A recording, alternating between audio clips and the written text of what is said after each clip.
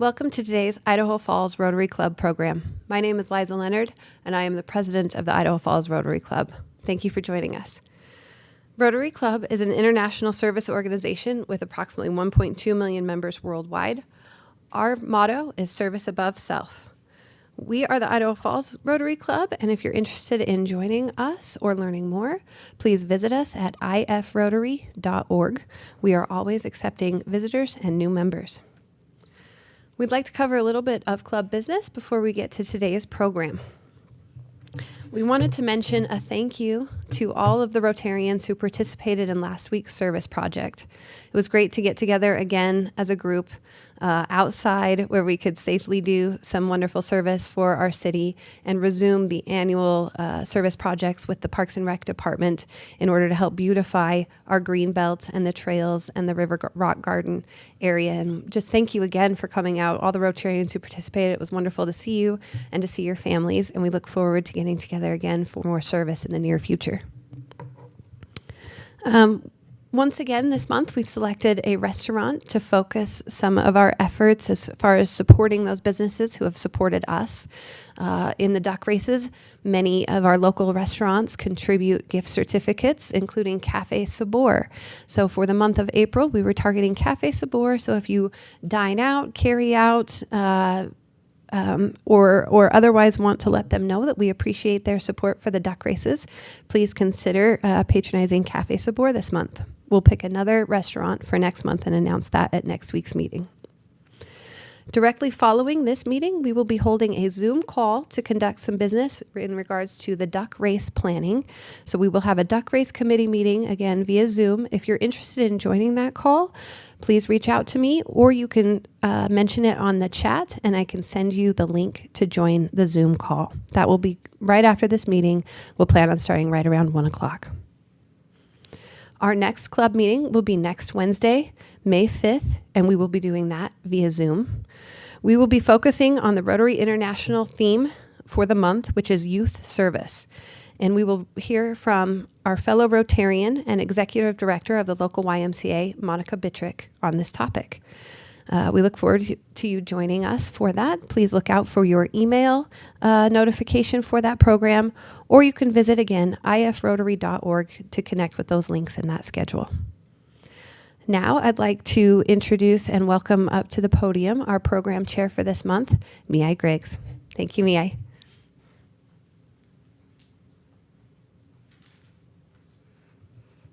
Thank you, Liza, and welcome, Rotarians. It's nice to be here.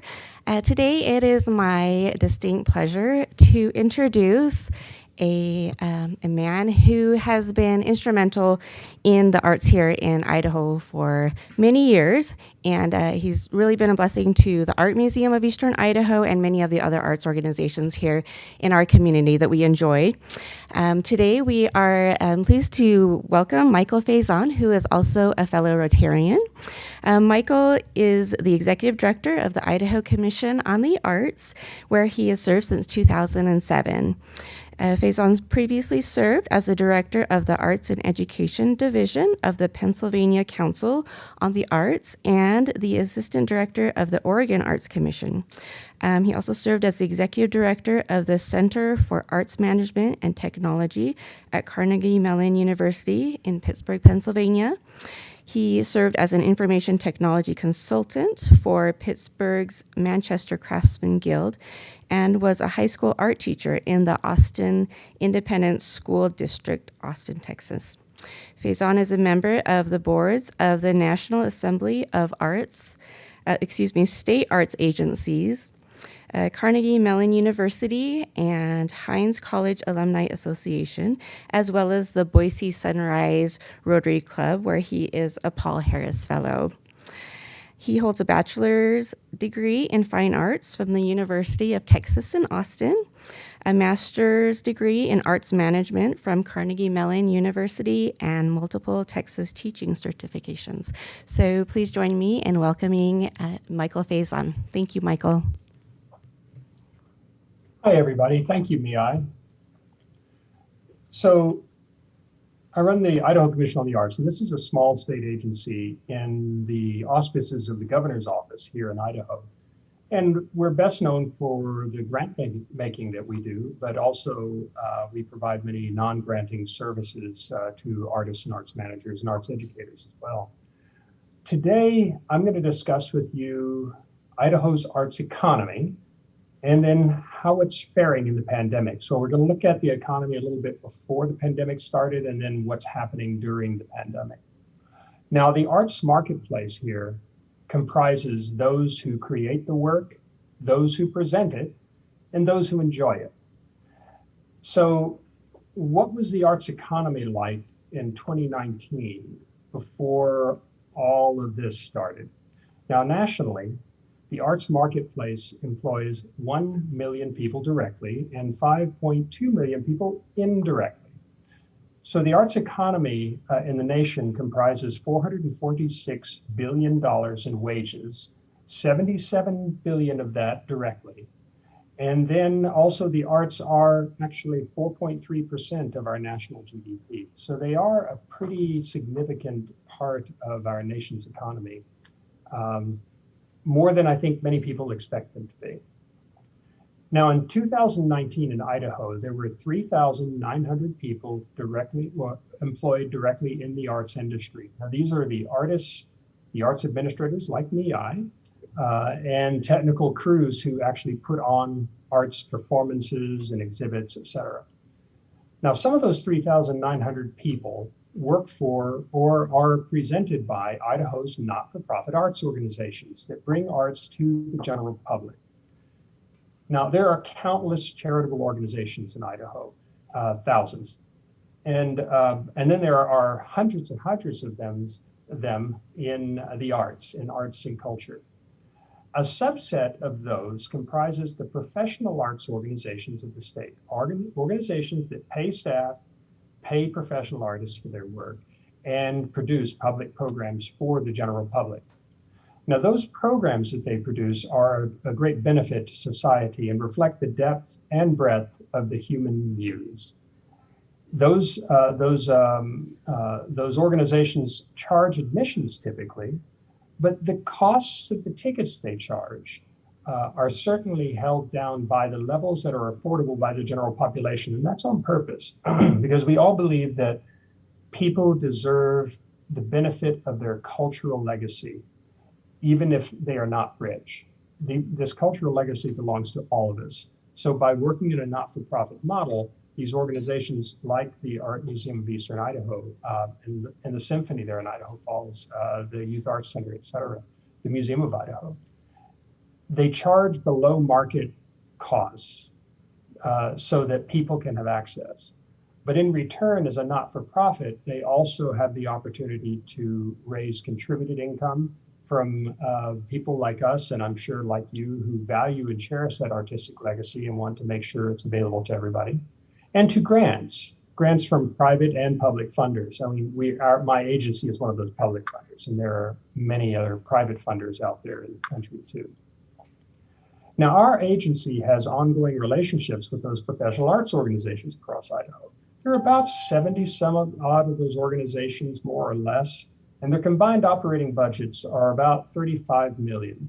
So on a commercial scale, that's not very large, but these organizations provide an outsized impact on the quality of life in our state. Now, in addition to the 3,900 people directly employed in the arts, there are another 16,000 people who are supported in some way by the cultural industry. So these are people who work in those industries and companies whose employment is enhanced by the fact that arts organizations and others create and present arts events. So they work in restaurants and other service roles, and their employment is enhanced in that way. In total, we know that 2.7% of Idaho's workforce either is directly employed in or have their jobs because of the arts. Overall, the arts in Idaho add about $2 billion to Idaho's economy. Now, this is about fifth in its size in our economy, and that the first is retail, then second is construction, third is agriculture and forestry, and fourth is transportation, and then arts come after that. So that's how things looked in 2019. And then COVID hit. So I can still remember it. I was in a meeting on March 13th in the governor's office, and on March 14th, everything shut down. I'll never forget that. So suddenly, performances were they were being postponed and then even canceled. Seasons were being canceled. Seasons for the fall were hopeful. We were thinking, well, this is going to go on for a few months, and then we all know how that turned out. And so the fall seasons were canceled too.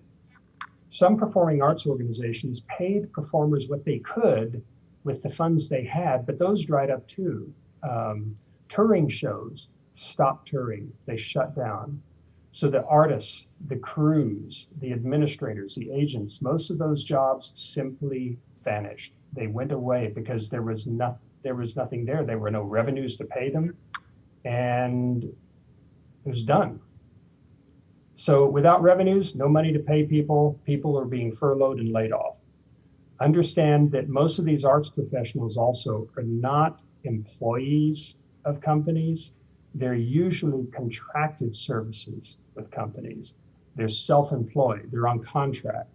And those contract positions typically don't qualify for employment benefits. And suddenly that was a looming serious issue. I mean, for people worried legitimately that they would even be able to live indoors. It was frightening.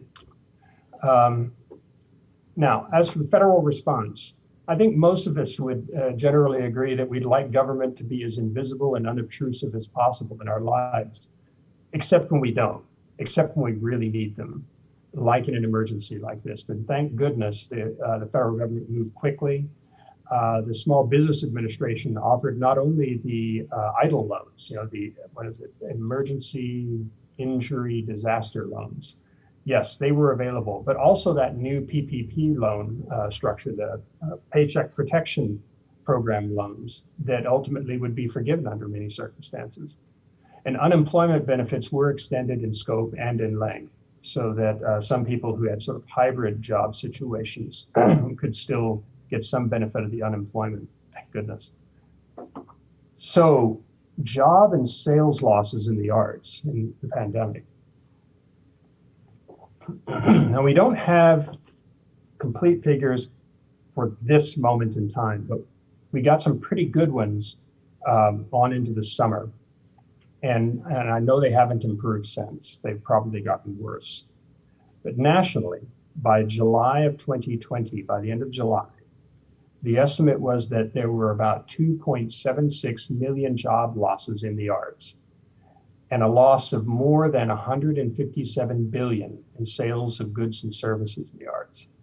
That was a third of all arts jobs in the nation, and a reduction in sales of over 9% at that point. And I think we can pretty well guarantee that's significantly gotten worse. For fine and performing artists, the kind of artists that are frequently presented in the Art Museum of Eastern Idaho and Idaho Falls Symphony, at the Colonial. The estimates are nationally that as many as 50% of fine and performing artists lost their livelihoods, and a quarter of their sales revenues, i.e. income, vanished. And remember, performances have still yet to return. They're on their way back, but they haven't really gotten there yet. And so until that happens, people are in the same situation that was back in July, and probably worse. Now it's allergy season. We know that Americans for the Arts, Americans for the Arts produces something called the Arts and Economic Prosperity Survey. And it's really quite accurate on the impact of arts in local economies. And from that survey, we know, at least pre-pandemic, that audiences normally spend about $102 billion a year on local businesses that revolve around their attendance at arts performances. The average per person audience expenditure over and above a ticket of attendance is very specific. It's $31.47, and it's really quite accurate. It holds up, well, until the pandemic, of course. But then there was that pandemic. And in March 2020, all of that activity simply stopped. Now, in Idaho, a conservative estimate in July of 2020 was that 11,000 arts jobs were lost, 11,000. And we believe that it was about $290 million in sales lost. Now, this represents 32% of the arts jobs in Idaho. A pretty significant loss. So, grants. I told you that our agency makes grants. And so we make grants, we get grant reports, we know what organizations are trying to accomplish because of all of that process. But with performances and events and educational activities paused in 2020 and into 2021, organizations had to delay or could not complete grant-funded activities as originally planned. And I know that I know MEI's in that room. I don't know if there are any other arts administrators from Idaho Falls in that room, but or on the boards of organizations, but I think you know what I'm talking about. They couldn't complete the activities as planned. So they had to come to grantors and ask if they could either extend the grant period or change the scope of the activities that were funded so that they could do something that they could actually do.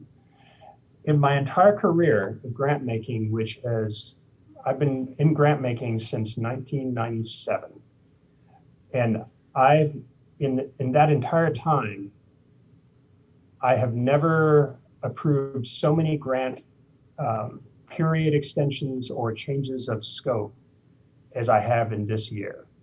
It's astounding. They had to get extensions, and in some cases they simply couldn't do what they originally planned to do. So we had to work with them to find out what they could do. It's really quite astounding. Additionally, since March of last year, we've seen a drop off in new project grant applications from nonprofit arts organizations. Well, it makes sense. If you can't produce a public program, how are you going to ask for money to provide a program that you can't produce?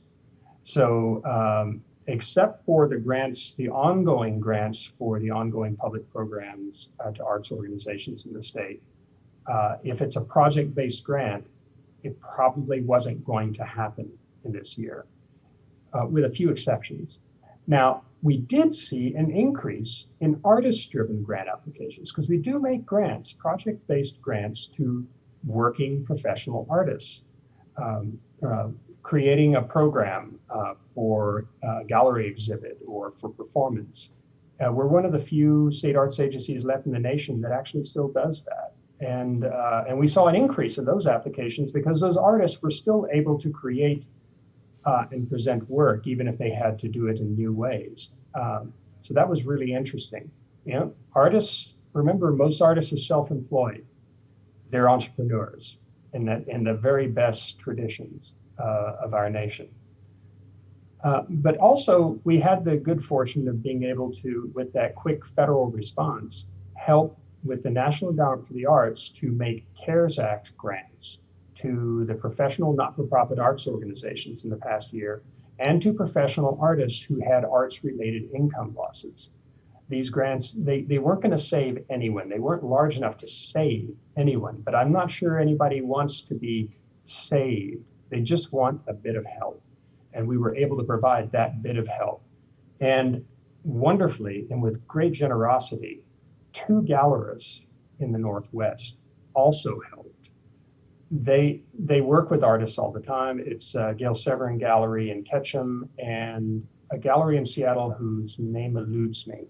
But these 2 gallerists were close friends. And together with some artists, they raised money and then split the money 50-50. Half of it went to the Artists Trust in Seattle to help artists in Seattle.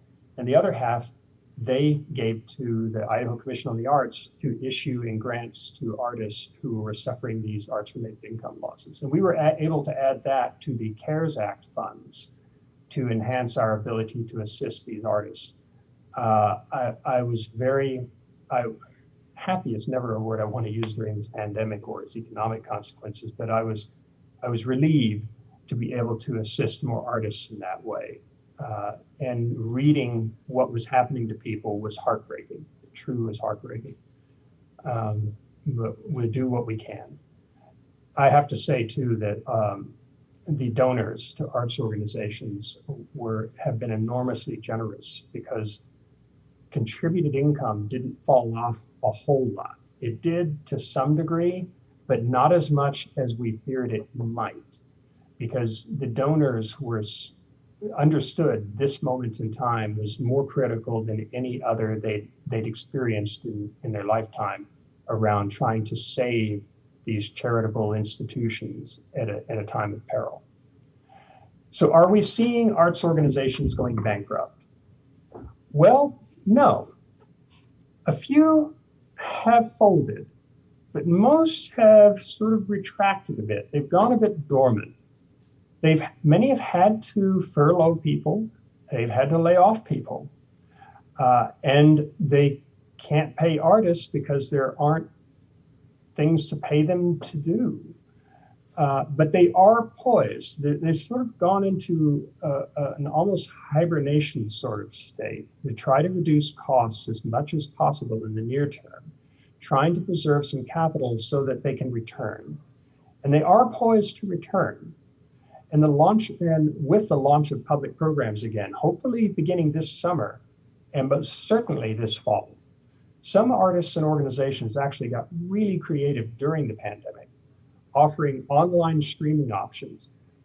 I remember that Ballet Idaho was in final rehearsal for their March 2020 performance when the pandemic hit, and they understood what was happening, and they quickly pulled together a film and audio crew they worked with on some promotional work before to capture that dress rehearsal for subscriber streaming shortly thereafter. And I have to say, watching that in that moment in time, it was deeply bittersweet watching that online. Their next production that spring was created specifically for broadcast and streaming. It was set up for camera angles and the like. It wasn't a stage performance per se. They made it to be seen online, and it was beautiful. A restaurant I know in Boise also moved its table seating out on the lawn, and they brought in opera singers and to sing arias and such during the dinners, and people paid for the performance as well as for their meal, and it was all spread out nice and safe. It was beautifully done. It was really quite moving. And some artists are also performing online with either paywalls or voluntary donations. There certainly isn't making up for the losses that they've incurred, but it's helping a bit, and it's keeping them out there. And one of this year's Governor's Awards in the Arts recipients lives in Rigby, and her name is Diana Thompson. She's not an artist. Well, actually, no, I think she does promotional work. I believe she and her husband work for INL, I think. Anyway, she and her husband's a musician, they wanted to do something to help. And so in the very best Rotarian tradition of helping others and asking for nothing in return, she created the COVID concert series on Facebook to help musicians from anywhere, to perform and hopefully receive some revenues from the pandemic. And she took nothing for it. She did something that was indeed beneficial to all concerned. And I don't know if she or her husband are Rotarians, but they sure should be if they're not, because they embody the spirit. Now, what about the future? Cash flow is precarious. It's just really serious right now, because we actually get cash flow figures from organizations, and so we're able to watch those curves. And as you'd expect, it's a really tough moment. Now, I did mention that many arts organizations accepted PPP loans. Thank goodness that helped them with some of the salaries. And many of those are being forgiven, which is thank goodness. So it's sort of switching to a grant-like structure. But our agency has also helped others to understand how to employ credit holder groups, because you've got to have capital to restart. So we worked in collaboration with the Washington State Arts Commission, Oregon Arts Commission, and Texas Commission on the Arts, of all things, because we know each other really well. We're buddies, to produce webinars on how to build credit holder groups so that you can get the liquid capital you need to restart. Many audience members, as I said, also, well, I didn't say this before, allowed unused performance tickets through this past year to be converted to donations. So that really helped in the short term. Of course, but if you don't have a season subscription moving forward, then there's nothing to convert. So moving into 2021, it was a little more difficult than that. But thank goodness, as I did mention earlier, donors are still giving in somewhat steady rates, maybe not quite at the levels before, but they didn't stop giving, thank goodness.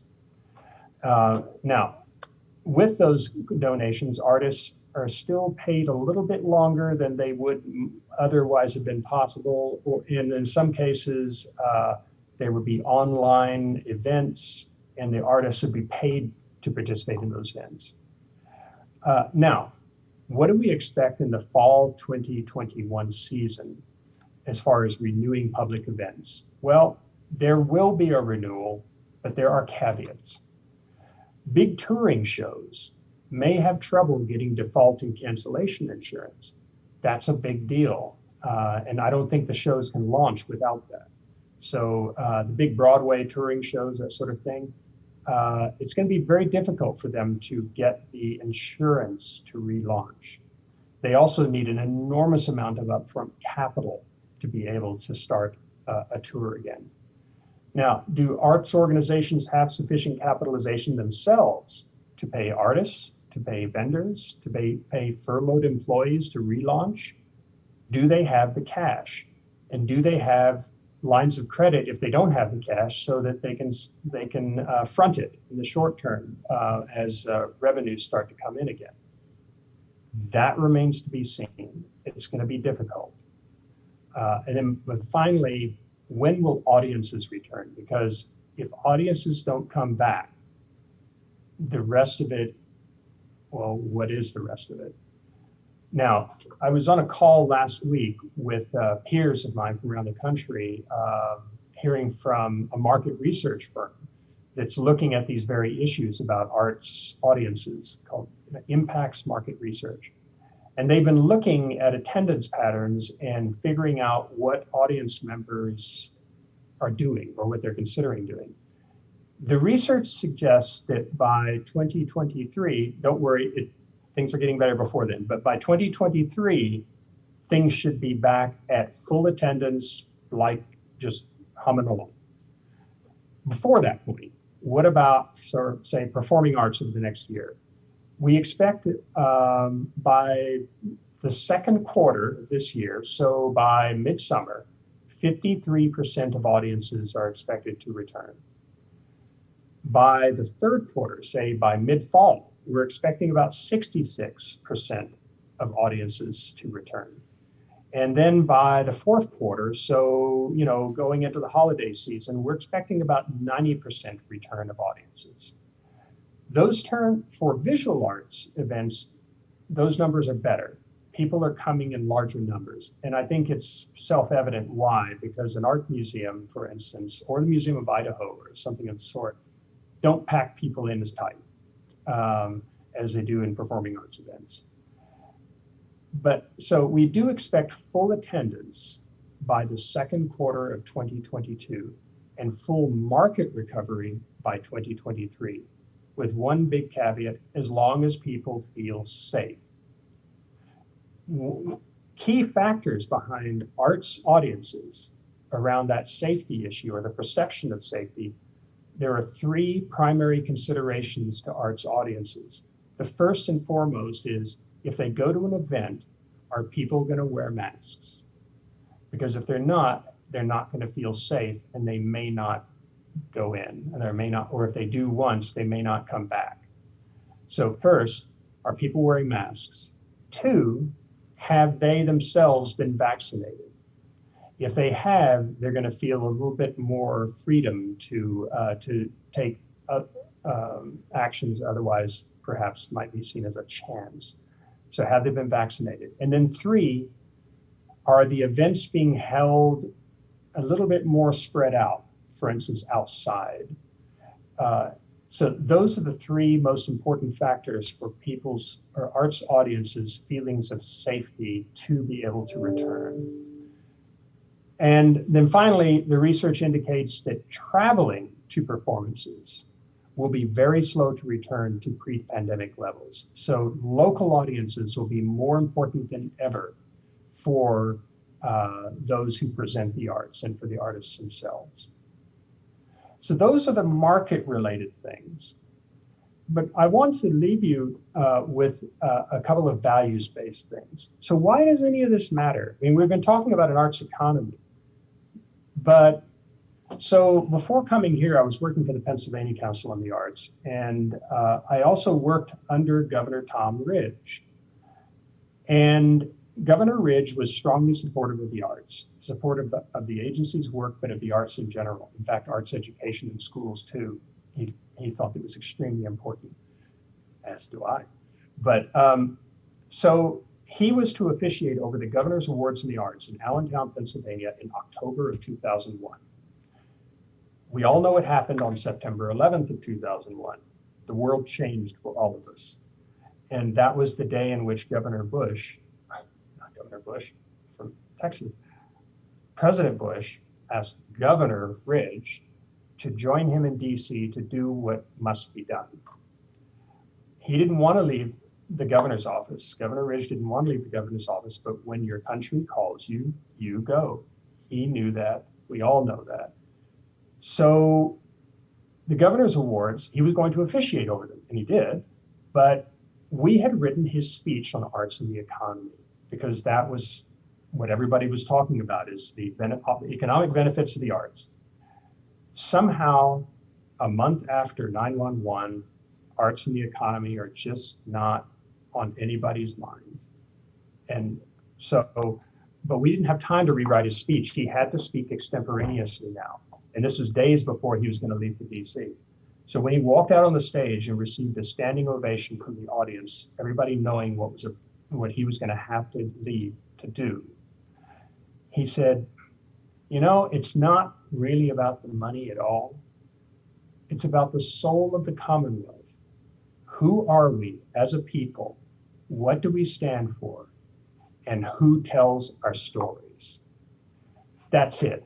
That's what the arts are all about. Who tells our stories?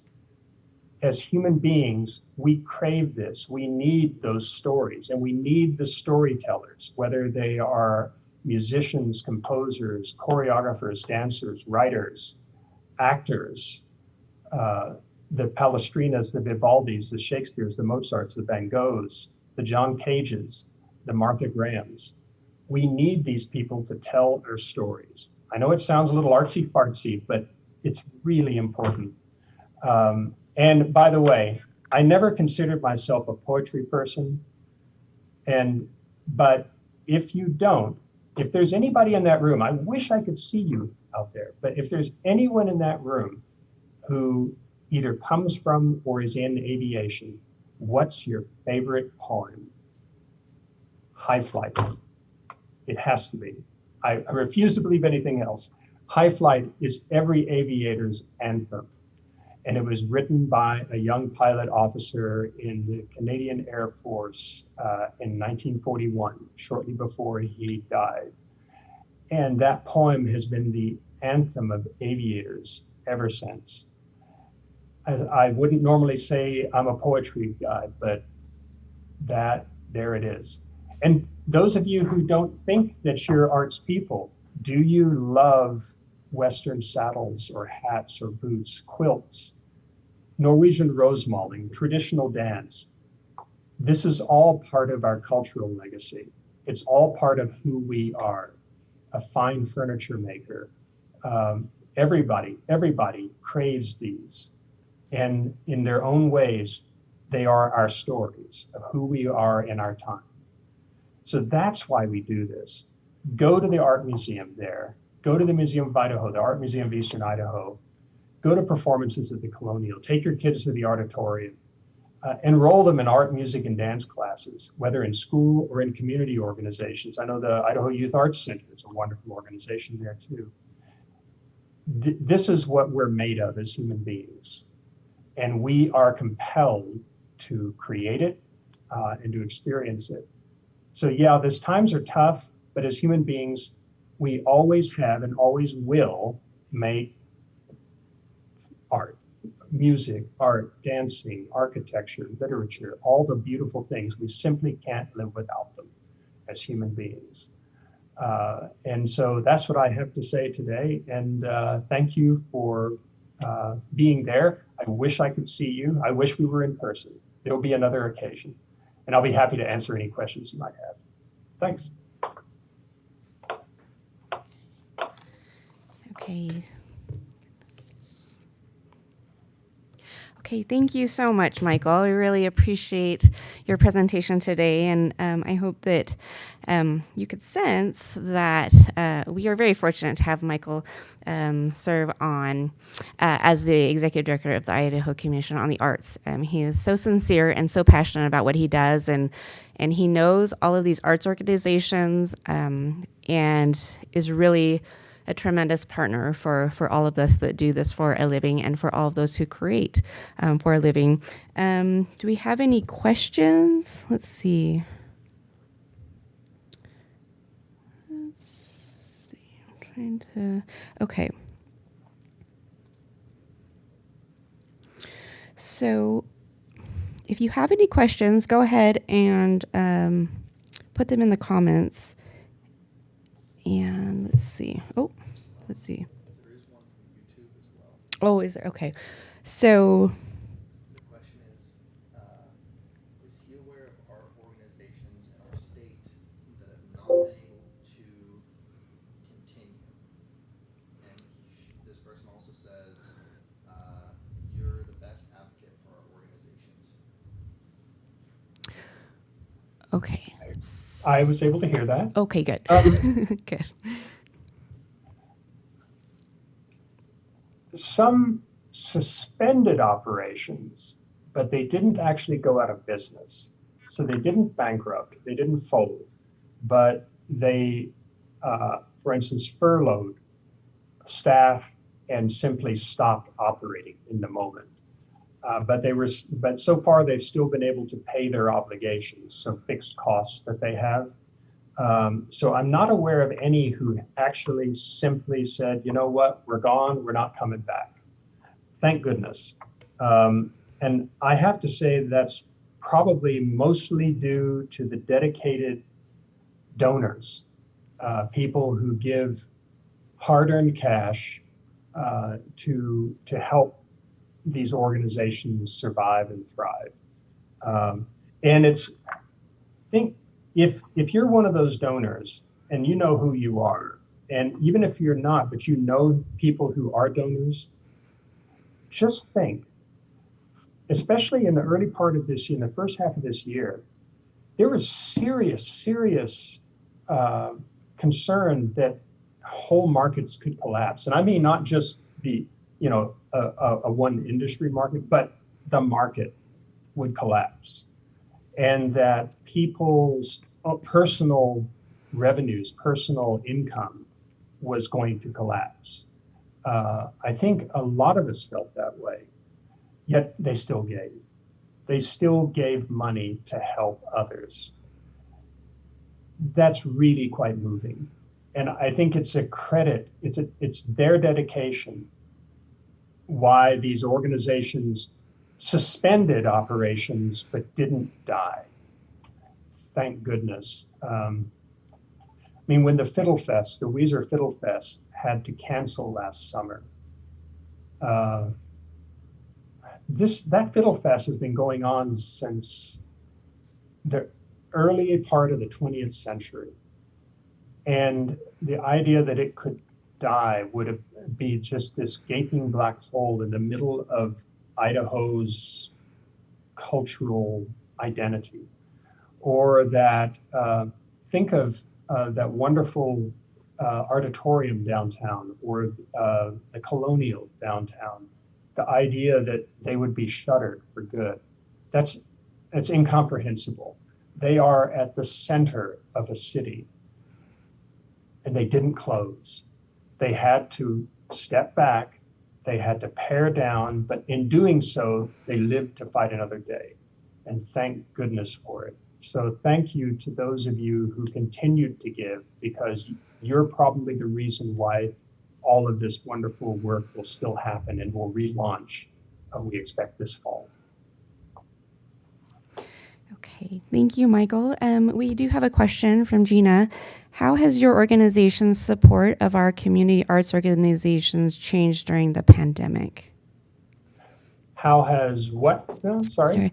How has your organization's support of our community arts organizations changed during the pandemic? Two good things happened. One, we were able to issue CARES Act grants. And I have to, in fact, I'll say more about that in a moment.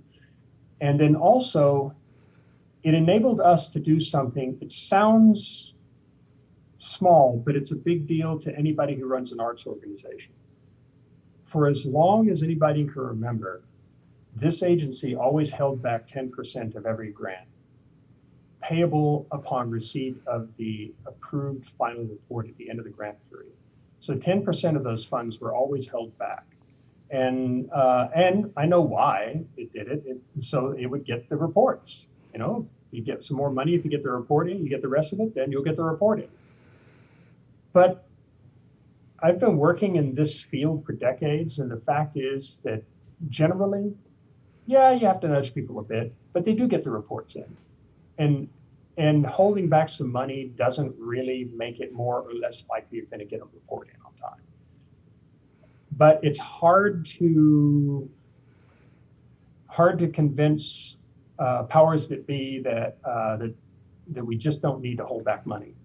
But in that moment, in fact, one of the first actions we took as the pandemic hit was, as a board of commissioners, the gubernatorial commissioners, they approved not holding back that 10% anymore, so that the entire grant goes out the door immediately now.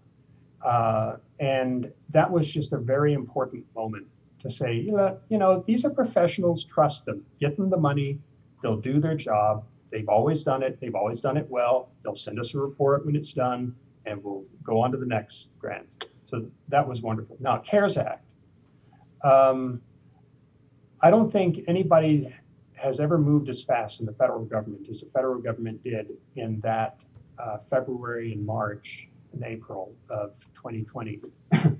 The National Endowment for the Arts was when the CARES Act, because CARES Act was a huge deal, as you all know, and the arts part of that was just a little piece of it. And that little arts piece of it went out through the National Endowment for the Arts. It went out directly from them to organizations around the country, but also 40% of that went through the state arts agencies to the arts in each state in the country. The National Endowment for the Arts, it took them 2 weeks to write the guidelines and get approval from the Inspector General's office at the federal level and of the administration. 2 weeks it took. That's never happened before. I don't know if it could ever happen again. It was an astounding achievement on the part of our federal partners. And the reason why I wanted to save that for a minute is the National Endowment for the Arts are the most wonderful people. They are dedicated to this work. They're small and effective. I like to put it from a conservative standpoint about limited government. They are exactly what we would hope to see in DC. They're small, very small, highly effective, and they understand the state-federal partnership. They never act unilaterally. They always work in conjunction with the states. They don't try to lord over us. They work with us as equals. And they demonstrated that in spades at that moment in time, exactly when everybody needed them, and they were there. So thank goodness for that. So it will continue. We will never again hold back those final 10%. We also found that, you know, our office is distributed now. Right now in this office, our fiscal program person is sitting across the office, and it's me. And we're the only people here right now. Most of our staff are still working from home, doing what I think many of you are probably doing yourselves. It will change in time, but one of the things that we found was the state found that, you know, telecommuting can work. And I think we're going to be able to be more flexible in that way in the future. But we also found that we can save a lot of money in travel. A lot of things, it's important to porch sit with people as you're building a relationship of trust. But once you have that relationship, if you can pick up the phone or go on this Zoom here, you can save the taxpayers a whole lot of money.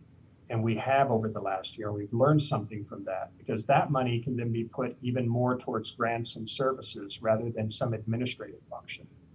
And that was, I think it was just a good thing. And I expect us to do more of that. I hope that answered your question. Okay, thank you so much, Michael. And I would say that that just like the NEA, the ICA here in Idaho is a tremendous organization that is very approachable, and I've always appreciated that about you and your team, and especially like those things with the 10% and things really did help us at the Art Museum, especially during the early parts of the pandemic when things were so precarious and so many unknowns. And so we're grateful for that. And I don't think I see any other questions. And so I think with that, we'll thank you so much, Michael, for joining us today for that wonderful presentation. And we thank you all Rotarians for joining us today. And we hope you have a lovely day. Thank you. Bye, everybody.